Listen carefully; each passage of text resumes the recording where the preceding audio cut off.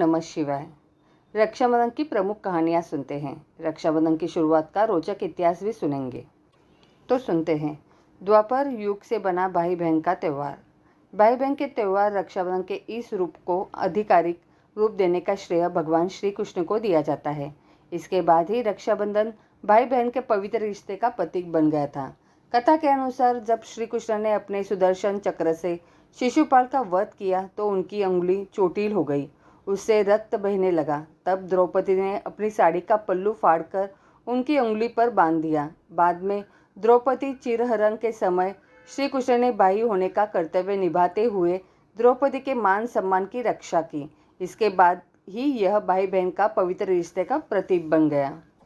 अब आगे सुनते हैं माता लक्ष्मी और राजा बलि की कहानी। रक्षाबंधन की एक अन्य कहानी के अनुसार वामन अवतार के समय भगवान विष्णु बलि की दानवीरता से बहुत प्रसन्न हुए और पाताल लोक का राज दे दिया। इसके साथ उन्होंने बलि से वरदान मांगने के लिए कहा। इस पर बलि ने उन्हें अपने साथ पाताल लोक में रहने के लिए प्रार्थना की। इसके बाद माता लक्ष्मी पाताल लोक गई और बलि को रक्षा सूत्र बांधा और भाई बना लिया।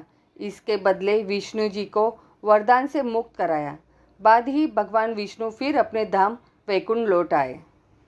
अब आगे सुनते हैं अंक्राता, सिकंदर और राजा पोरस की कहानी। सिकंदर की पत्नी रोक्साना राजा पोरस की वीरता से परिचित थी और उसे युद्ध में अपने पति सिकंदर के मारे जाने का भय भी था। इसलिए उसने राजा पोरस को अपना भाई मानते हुए उनकी कलाई पर राखी बांधी थी। इसके साथ ही उसने राजा पोरस से अपनी पति को नहीं मारने का वचन ले लिया था। इस वचन को राजा पोरस ने निभाया भी था। इसके आगे सुनते हैं पहली बार एक पत्नी ने पति को बांधी थी राखी। रक्षाबंधन की कहानी सतयुग की है और वह पति पत्नी देवराज इंद्र इंद्राणी थे। कथा के अनुसार एक बार इस समय देवताओं और दानवों में युद्ध छिड़ गया। इस युद्ध में देवता हार रहे थे। देवराज इंद्र को इस मुश्किल घड़ी से निकलने का रास्ता नहीं सूझ रहा था। आखिरकार 12 वर्ष तक चले युद्ध में देवता असुरों से युद्ध हार गए और देवताओं के राजा इंद्र की पराजय के बाद स्वर्ग पर अधिकार कर लिया। साथ ही इंद्र और अन्य देवता अमरावती पलायन कर गए। दैत्यराज बलि ने 3 लोगों को वश में कर लिया और देवराज इंद्र के सभा में आने पर रोक लगा दी। साथ ही देवताओं और मनुष्य के यज्ञ कर्म के करने पर रोक लगा दी। सभी लोगों को उसकी पूजा का आदेश दिया। इस आदेश के कारण यज्ञ, उत्सव, वेद पठन पाठन सब बंद हो गए। धर्म के नाश से देवताओं का बल घटने लगा। यह देख देवराज इंद्र देवगुरु बृहस्पति के पास पहुँचे और उनके चरणों में निवेदन किया कि हे गुरुवर, ऐसी स्थितियों में मुझे प्राण त्यागने होंगे।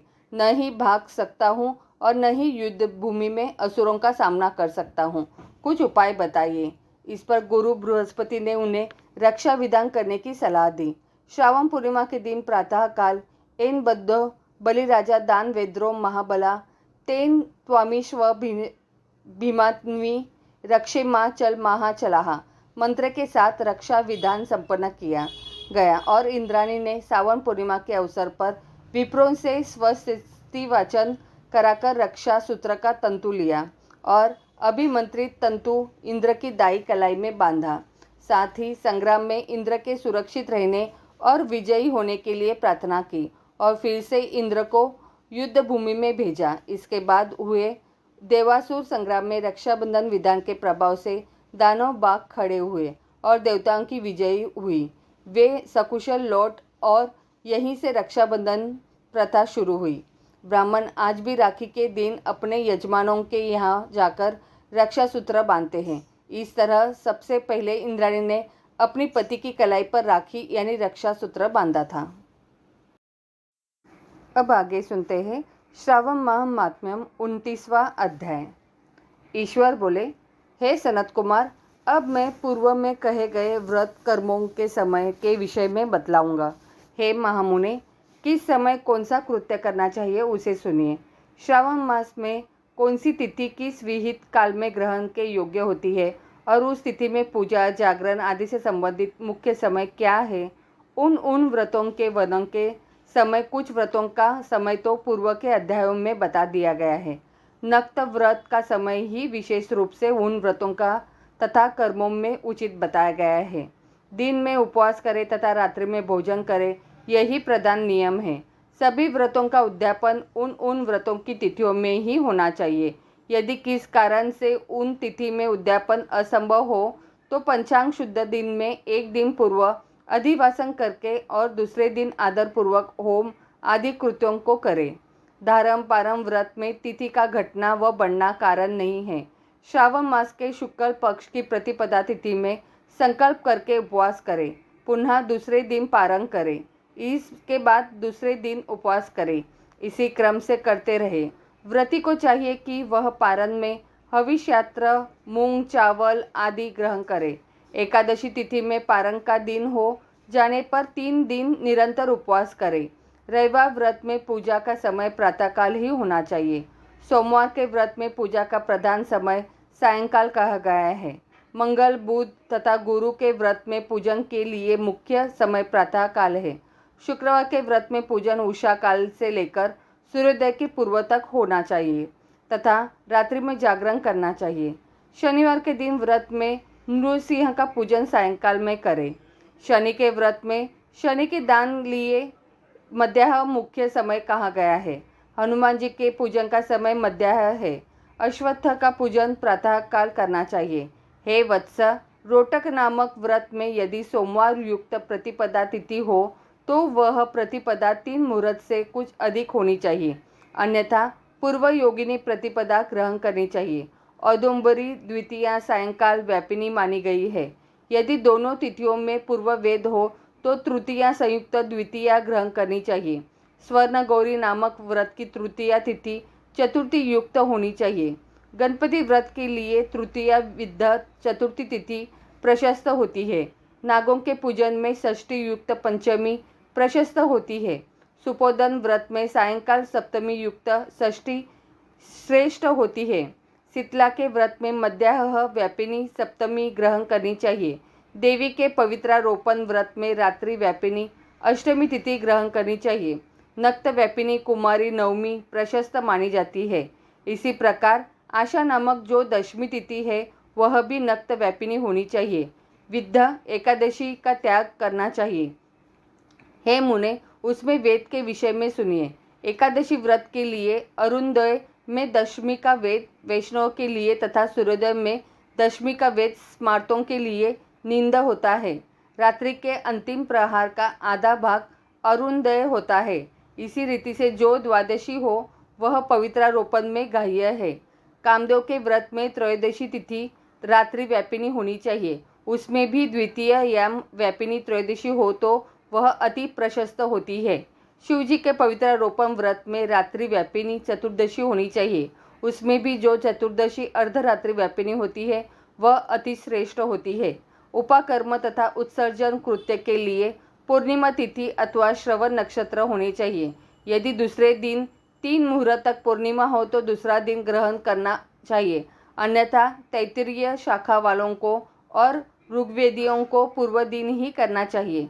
तैत्तिरीय यजुर्वेदियों को 3 मुहूर्त पर्यंत दूसरे दिन पूर्णिमा में श्रवण नक्षत्र हो तब भी पूर्व दिन दोनों कृत्य करने चाहिए। यदि पूर्णिमा तथा श्रवण दोनों का पूर्व दिन 1 मुहूर्त के एक अंतर योग हो और दूसरे दिन 2 मुहूर्त के भीतर दोनों समाप्त हो गए हो तब पूर्व दिन ही दोनों कर्म होने चाहिए। यदि हस्त नक्षत्र दोनों दिन अपहर काल व्याकी तो तब भी दोनों कृत्य पूर्व दिन ही संपन्न होने चाहिए। श्रवणा कर्म में उपाकर्म प्रयोग के अंत में दीपक का काल माना गया है और सर्व बलि के लिए भी वही काल बताया गया है। पर्व के दिन में अथवा रात्रि में अपने अपने गृह्य सूत्र के अनुसार जब भी इच्छा हो इसे करना चाहिए। इस दीपदान तथा सर्व बलिदान कर्म में अस्तकाल व्यापिनी पूर्णिमा प्रशस्त है। हयग्रीव के उत्सव में मध्याह्न व्यापिनी पूर्णिमा प्रशस्त होती है। रक्षाबंधन कर्म में अपहार व्यापिनी पूर्णिमा होनी चाहिए। इसी प्रकार संकष्ट चतुर्थी चंद्रोदय व्यापिनी ग्राह्य होनी चाहिए। यदि चंद्रोदय व्यापिनी चतुर्थी दोनों दिनों में हो अथवा दोनों दिनों में न हो तो भी चतुर्थी व्रत पूर्व दिन भी करना चाहिए, क्योंकि तृतीया में चतुर्थी महान पुण्य फल देने वाली होती है। अतः हे वत्स, व्रतियों को चाहिए कि गणेश जी को प्रसन्न करने वाले इस व्रत को करें। गणेश चतुर्थी, गौरी चतुर्थी और बहुला चतुर्थी, इन चतुर्थियों के अतिरिक्त अन्य सभी चतुर्थियों के पूजन के लिए पंचमी विद्या कही गई है। कृष्ण जन्माष्टमी तिथि निधि व्यापिनी ग्रहण करनी चाहिए। निर्णय में सर्वत्र तिथि 6 प्रकार की मानी जाती है। दोनों दिन पूर्ण व्याप्ति, दोनों दिन केवल अव्याप्ति, अंश से दोनों दिन समाव्याप्ति, अंश से दोनों दिन विषम व्याप्ति, पूर्व दिन संपूर्ण व्याप्ति और दूसरे दिन केवल आंशिक व्याप्ति, पूर्व दिन आंशिक व्याप्ति और दूसरे दिन अव्याप्ति। इन पक्षों में 3 पक्षों में जिस प्रकार संदेह नहीं है उसे अब सुनिए। विषम व्याप्ति में अंश व्याप्ति से अधिक व्याप्ति उत्तम होती है। एक दिन तिथि पूर्ण है, वही तिथि दूसरे दिन अपूर्णा कहा जाती है। अव्याप्ति तथा अंश से व्याप्ति, इनमें अंश व्याप्ति उत्तम होती है। और जब अंश व्याप्ति पूर्ण हो तथा जब अंश से सम हो वहाँ संदेह होता है और उसके निर्णय में भेद का होता है। कहीं युग वाक्य से, वार व नक्षत्र के योग से, कहीं प्रधान द्वय योग से और कहीं पारना योग से जन्माष्टमी व्रत में संदेह होने पर तीनों पक्षों में पराग्राह्य होती है। यदि अष्टमी 3 प्रहर के भीतर ही समाप्त हुई हो तो अष्टमी के अंत में पारण हो जाना चाहिए और उसके बाद यदि अष्टमी उषा काल में समाप्त होती है तो पारण उसी समय करना चाहिए। पिठोर नामक व्रत में मध्याह्न व्यापिनी अमावस्या शुभ होती है और वृषभं के पूजन में सायंकाल व्यापिनी अमावस्या शुभ होती है। कुशों में संचय में संगव काल व्यापिनी अमावस्या शुभ कही गई है। सूर्य के कर्क संक्रमण में 30 घड़ी पूर्व का काल पुण्यमय मानते हैं। अगस्त्य के अर्घ्य का काल तो व्रत वर्णन में ही कह दिया गया है। हे वत्स, मैंने आपसे यह कर्मों के काल का निर्णय कह दिया। जो मनुष्य इस अध्याय को सुनता है अथवा इसका पाठ करता है वह श्रावण मास में किए गए सभी व्रतों का फल प्राप्त करता है।